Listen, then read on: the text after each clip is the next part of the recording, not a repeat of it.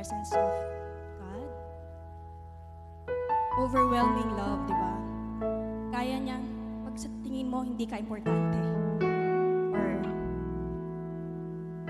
feeling mo, you're not good enough, you're not worth it.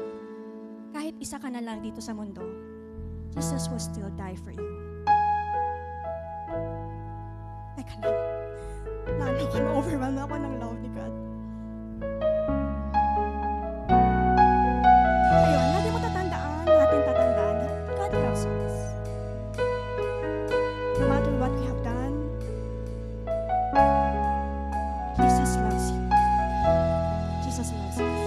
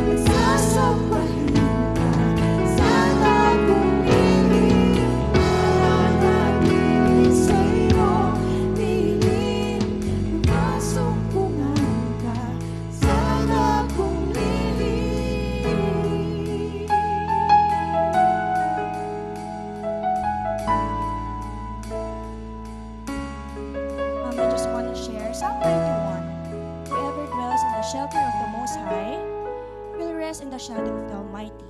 I will say of the Lord, He is my refuge and my fortress, my God in whom I trust. You know, mahaba pa to yung Psalm 91 na to. But there's no other place na dapat dinidesire ng bawat lahat. It's just in the shelter of the Almighty. Because in there, there's peace, there's love, there's joy, there's everything that you want.